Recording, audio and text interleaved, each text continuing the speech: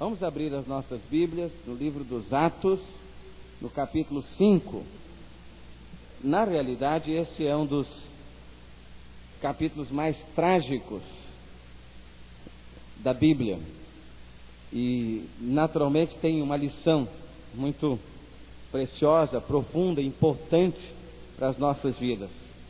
Eu gostaria que nós aprendêssemos com esse episódio de Ananias e Safira. Isso mostra que, esse capítulo mostra algumas coisas. Mostra que a igreja, no primeiro século, ali em Jerusalém, já passava por problemas, já tinha problemas, né? Já tinha defeitos, já tinha dificuldades. E mostra que a igreja não deve ficar assustada por não ser perfeita, mas ela deve buscar que o Espírito Santo de Deus a esteja orientando, dirigindo, de modo que as suas imperfeições estejam sendo curadas, saradas, restauradas, que ela esteja sendo purificada e santificada para a glória do Senhor, a cada dia. E esse capítulo mostra de uma maneira clara e magnífica até essa verdade, de que a igreja tem problemas, nós não podemos fugir a isso, a igreja tem defeitos, infelizmente há pecado no meio da igreja, mas que a igreja deve se submeter à orientação do Espírito Santo para que possa superar os seus problemas e possa curar as suas mazelas e possa também ser liberta dos seus pecados. Vivia feliz a igreja em Jerusalém. Tudo era maravilha, bênção. A Bíblia diz no capítulo 2 que havia muitas conversões, mas adiante no capítulo 4 diz que muitas outras conversões. A igreja estava com mais de 5.000 membros já a essa altura, e eles viviam em comunhão, louvavam ao Senhor, como nós estávamos louvando agora mesmo. Eles estavam todos os dias no templo, comiam juntos, com alegria e simplicidade de coração. Isso diz o capítulo 2. Tudo era maravilha. Eles tinham a simpatia do mundo. A sociedade olhava para a igreja e via que a igreja era diferente. Sinais e prodígios eram feitos pelos apóstolos. Deus estava restaurando, curando as pessoas, restaurando as pessoas. Tudo era mil maravilhas. Capítulo 4 termina dizendo que não havia entre eles necessitado algum. Coisa magnífica, não é? Que depoimento abençoado. Não havia entre eles necessitado algum. E eles vendiam tudo o que possuíam e traziam o dinheiro todo e colocavam aos pés dos apóstolos. Havia confiança. Eles vinham e faziam isso voluntariamente. Ninguém havia mandado que eles fizessem isso. Nós vamos ver isso no capítulo 5. Mas eles vinham e faziam voluntariamente. A Bíblia diz que nada do que alguém possuía era considerado como propriamente seu. A Bíblia fala desse exemplo lindo de Barnabé, que vendeu o seu terreno, a sua propriedade, veio e colocou todo o dinheiro aos pés dos apóstolos. Era um homem de um coração cheio de amor. E então nós entramos no capítulo 5. Mas um certo homem chamado Ananias, com Safira sua mulher, vendeu uma propriedade, reteve parte do preço, sabendo também sua mulher, e levando a outra parte, a depositou aos pés dos apóstolos. Disse então Pedro: Ananias, por que encheu Satanás o teu coração, para que mentisses ao Espírito Santo e retivesses parte do preço do terreno? Enquanto possuías, não era teu? E vendido, não estava o preço em teu poder? Como, pois, formaste esse desígnio em teu coração? Não mentiste aos homens, mas a Deus. E Ananias, ouvindo estas palavras, caiu e expirou. E grande temor veio sobre todos os que souberam disto. Levantando-se os moços, cobriram-no e, transportando-o para fora, o sepultaram. Depois de um intervalo de cerca de 3 horas, entrou também sua mulher, não sabendo o que havia acontecido. Perguntou-lhe Pedro: dize-me, vendestes portanto aquele terreno? E ela respondeu: sim, portanto. Então Pedro lhe disse: por que é que combinastes entre vós provar o Espírito do Senhor? Eis aí a porta os pés dos que sepultaram teu marido, e te levarão também a ti. E imediatamente ela caiu aos pés dele e expirou. E entrando os moços, acharam-na morta, e levando-a para fora, sepultaram-na ao lado do seu marido. Sobreveio grande temor a toda a igreja, e a todos os que ouviram estas coisas, e muitos sinais e prodígios eram feitos entre o povo, pelas mãos dos apóstolos, e estavam todos de comum acordo no pórtico de Salomão. Dos outros, porém, nenhum ousava juntar-se a eles, mas o povo os tinha em grande estima, e cada vez mais se agregavam crentes ao Senhor em grande número, tanto de homens como de mulheres, a ponto de transportarem os enfermos para as ruas e os porem em leitos e macas, para que ao passar Pedro, ao menos sua sombra cobrisse algum deles. Também das cidades circunvizinhas afluía muita gente a Jerusalém, conduzindo enfermos e atormentados de espíritos imundos, os quais eram todos curados. Amém. Vamos orar. Senhor, abençoa a Tua palavra e fala ao nosso coração pela Tua palavra agora, de modo que nossas vidas sejam impactadas, ó Deus, pela Tua verdade, para a salvação, para restauração de vidas. Em nome do Senhor Jesus nós oramos. Amém. Talvez vocês pensem que eu vou falar sobre dízimo hoje à noite. Não vou falar sobre dízimo, ainda não é hoje. Talvez vocês dizem, não, ele não vai falar sobre dízimo, ele vai dizer que os crentes devem vir, vender tudo que possuem e entregar o dinheiro todo à igreja. E também não vou falar sobre isso. Hoje eu quero falar sobre esse tema, igreja, comunidade da verdade. Eu creio que a grande lição desse texto das Sagradas Escrituras não é que as pessoas estavam vendendo o que possuíam, estavam vindo e entregando tudo na igreja. Estavam fazendo isso no capítulo 4, realmente estavam fazendo isso. A lição do capítulo 4 é que não havia entre os crentes nenhum necessitado.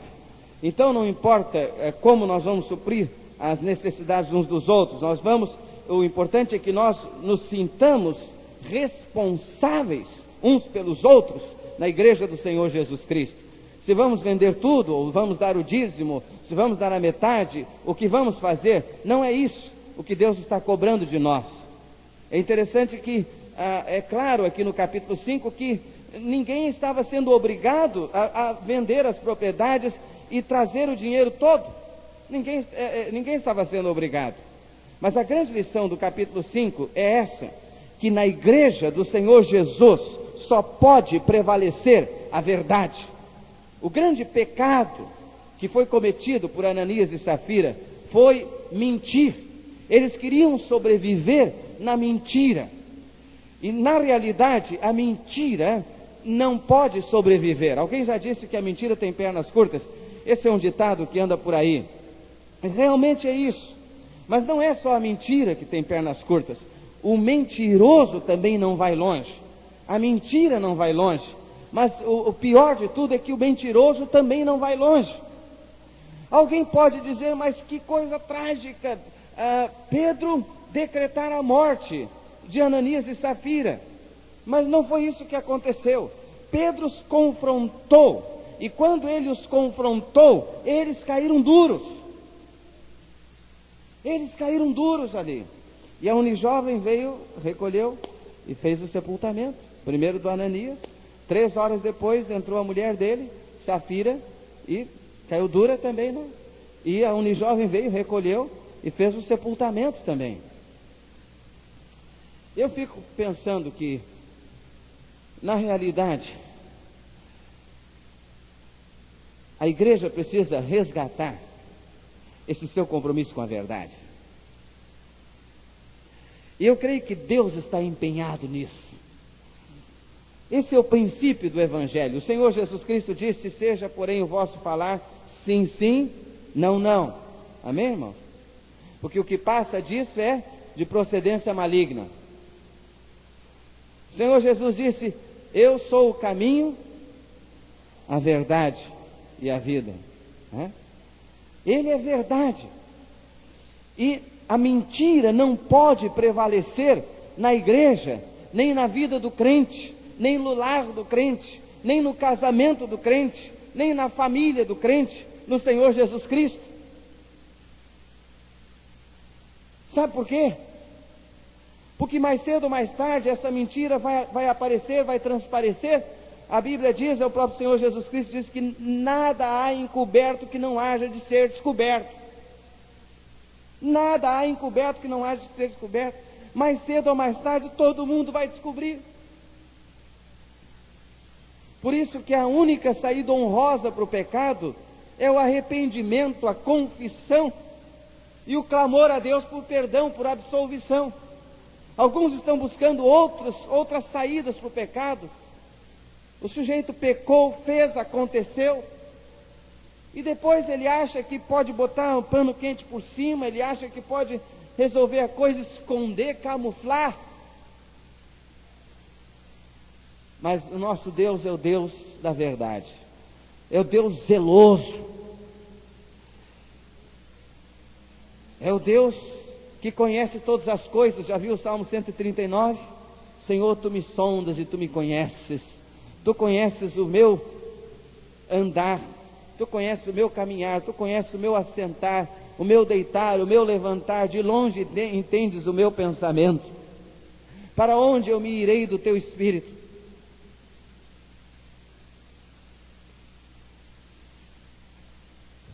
Talvez nós não tenhamos tanta gente caindo dura aqui na hora do culto, não é? Alguém já disse que, de repente, se os métodos de Deus continuassem os mesmos, a gente ia ter muito crente caindo duro ali perto do gasofilácio, não é? Mas eu disse que não ia falar sobre dízimo.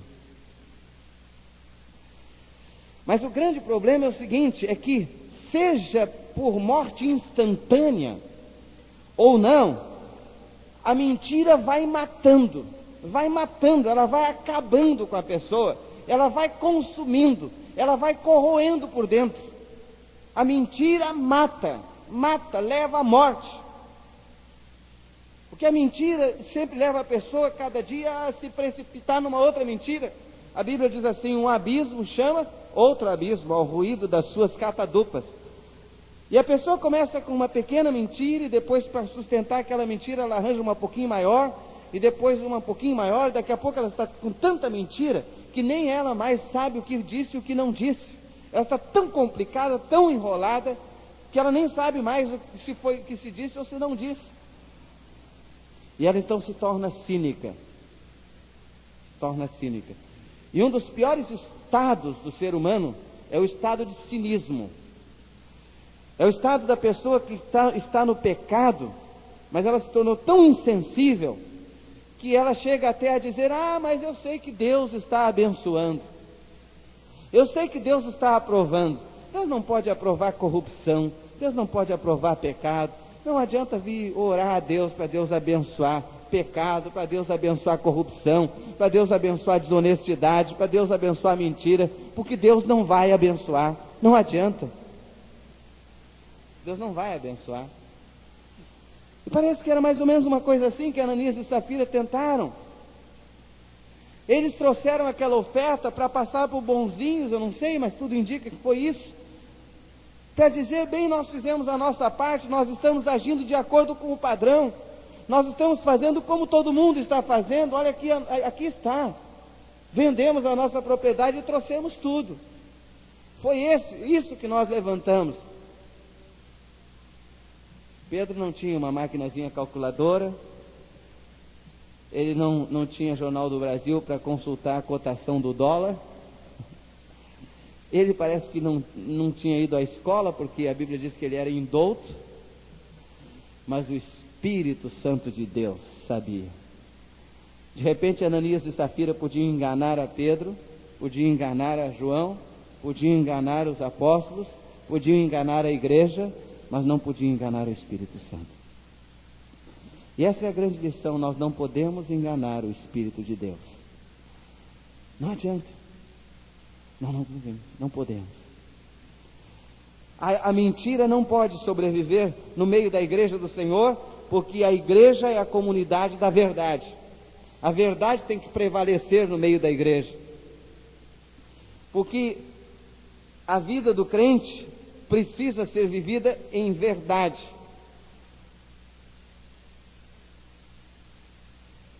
eu fico lembrando dos personagens da nossa história contemporânea do Brasil.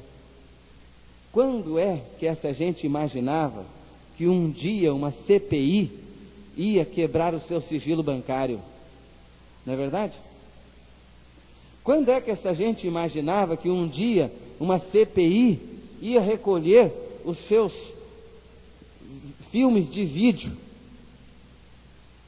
Quando é que essa gente imaginava que aquela mulher com quem convivia ia se voltar contra ele, ia dizer a verdade toda, ou pelo menos aquilo que diz ser a verdade, na CPI, na frente de toda a imprensa do Brasil e toda a imprensa do mundo, jornalistas do mundo inteiro, lavando a roupa suja lá? Quando que imaginava? Se eles imaginassem isso, talvez não tivessem feito a metade do que fizeram. Quando é que essa gente imaginava que toda essa corrupção, toda essa podridão um dia ia aparecer? Mas a palavra de Deus tem dito: nada há encoberto que não haja de ser descoberto. E um dia, todas as coisas ficarão claras aos olhos de toda a humanidade. Nós não vamos ter como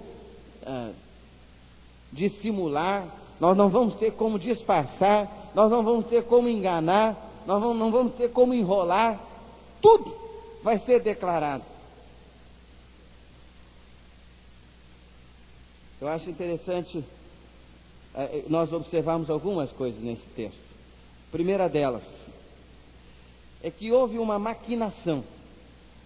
O pecado trabalha assim: ele é maquinado dentro do coração, ele é elaborado. Eu já disse que ninguém cai de uma hora para outra. Há um trabalho prévio para que se caia. Então a gente tem que estar atento para perceber as artimanhas de Satanás. Como é que o diabo vai trabalhando para envolver a pessoa? Veja só o que diz o verso 3. Disse então Pedro: Ananias, por que encheu Satanás o teu coração? Então, irmão e irmã, esteja atento perguntando a Deus: será que isso vem do Senhor mesmo?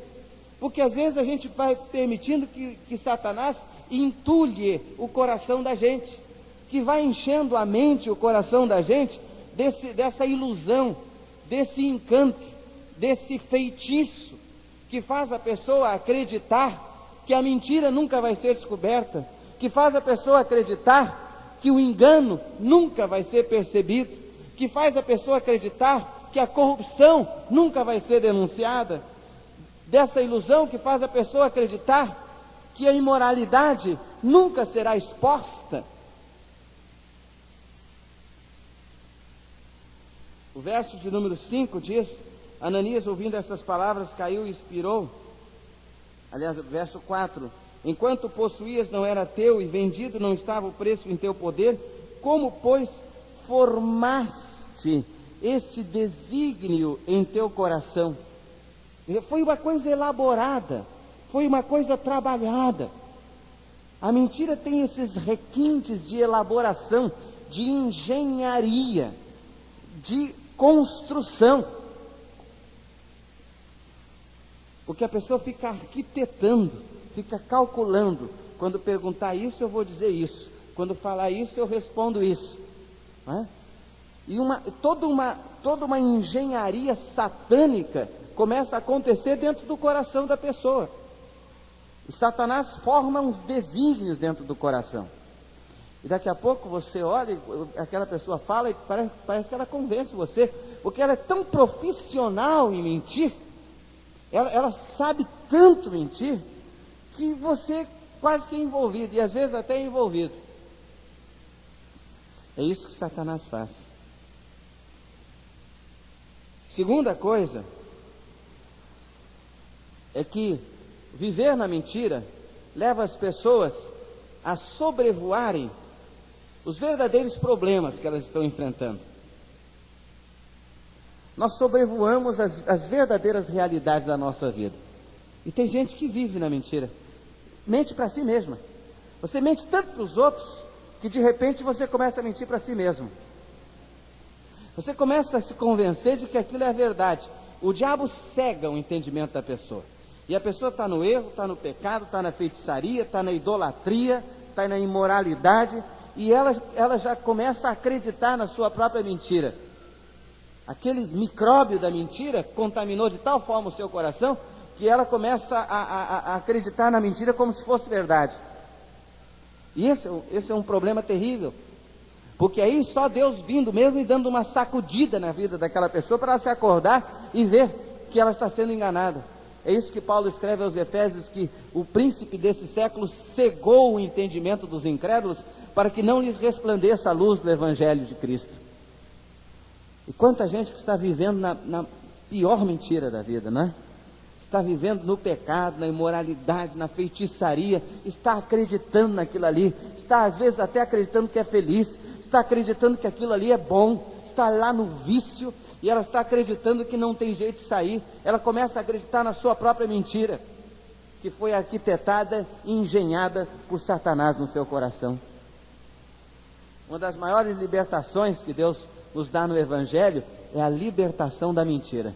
Por isso que o Senhor Jesus Cristo diz: conhecereis a verdade, e a verdade vos libertará. Vamos dizer firmes, irmãos: conhecereis a verdade, e a verdade vos libertará. Mentira nunca mais. O crente precisa desejar viver na verdade. Ele precisa enfrentar a verdade. A verdade às vezes dói, às vezes é dura, machuca, não é? Dói lá no fundo, mas é a verdade. Deus só pode trabalhar na nossa vida com a verdade e com toda a verdade da nossa vida. Pessoas que vivem tanto sobrevoando a verdade da sua vida, vivem na ilusão, na fantasia, na mentira.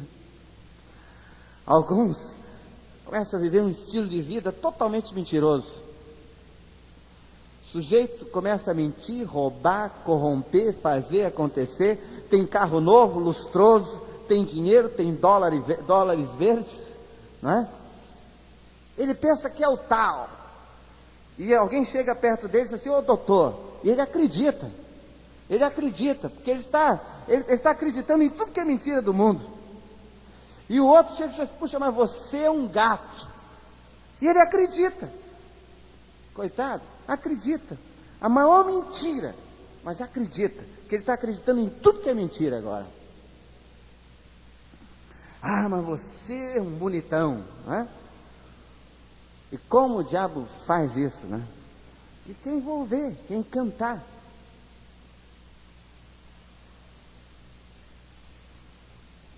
Eu já contei, mas é interessante. Daquele irmão crente em Jesus, obreiro, recebeu um telefonema, do outro lado falava uma voz feminina: ah, eu tanto tempo estou observando você, e você, olha, você é um gato,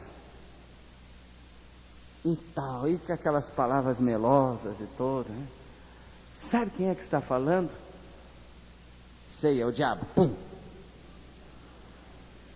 Mas era mesmo.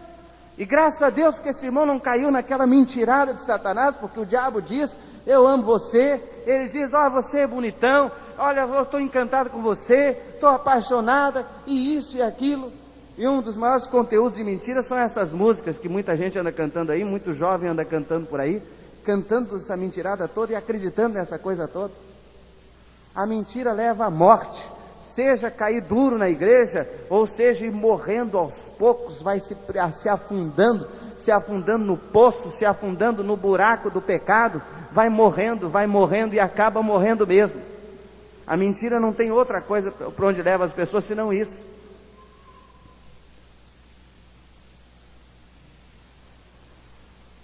É preciso mergulhar na verdade para resolver as coisas, para resolver diante de Deus, para resolver essas coisas mal resolvidas do passado, para resolver esses pecados não confessados a Deus, para resolver essas coisas na presença de Deus. É preciso assumir a verdade. Nós somos o povo da verdade, nós somos igreja, comunidade da verdade, e é por isso que somos um povo liberto. E na medida em que nós rompemos o nosso compromisso com a verdade, certamente que nós também nos tornamos vulneráveis a todas todo esse repertório de mentiras de Satanás. Finalmente, um dia, aquele que vive na mentira vai pagar o preço. O processo do pecado é um processo doloroso. O pecado cobra caro. Os filmes e novelas mexendo com o diabo, não é? Estão terminando a vida tragicamente. Alguns com overdose de tóxicos, outros em situações trágicas, tremendas, morte súbita, morte repentina, tragicamente. Normalmente essas mortes têm requintes de uma intervenção clara de Satanás. A pessoa começa a se envolver tanto com a coisa, e um dia o diabo volta para cobrar. Fica rico, fica famoso, vende discos aos milhões. Mas vê como acaba depois. Vê como acaba. Triste fim. É assim que é a tragédia daqueles que vivem na mentira. A Bíblia diz que quando essas coisas aconteceram ali em Atos, houve grande temor no coração do povo. Tanto aqui no versículo de número 5, quanto no versículo 11, a Bíblia diz que sobreveio grande temor a toda a igreja e a todos os que ouviram essas coisas. O que pode nos livrar de vivermos uma vida mentirosa, e que pode nos levar a vivermos uma vida na verdade do Senhor, é quando nós tememos ao Senhor, quando no nosso coração há uma reverência por Deus, quando nós sabemos que Deus vê todas as coisas, que Deus acompanha a nossa vida. Sabe, nesta noite eu quero confrontar você em nome de Jesus. E se há áreas da sua vida que precisam ser clareadas pela luz da graça de Jesus, se há áreas da sua vida que precisam ser iluminadas pela verdade de Deus, hoje eu quero confrontar você em nome de Jesus, para que você abra essas áreas para a glória da luz de Jesus na sua vida, e deixe o Senhor ir transformando, iluminando. Deixe a luz de Jesus penetrar lá dentro desse cárcere escuro, desta cela escura e fechada, e diga: Senhor, eu quero me comprometer com a tua verdade, eu quero ser liberto de toda a mentira que está amarrando a minha vida e que está perturbando a minha vida. Eu queria que você baixasse a sua cabeça em oração.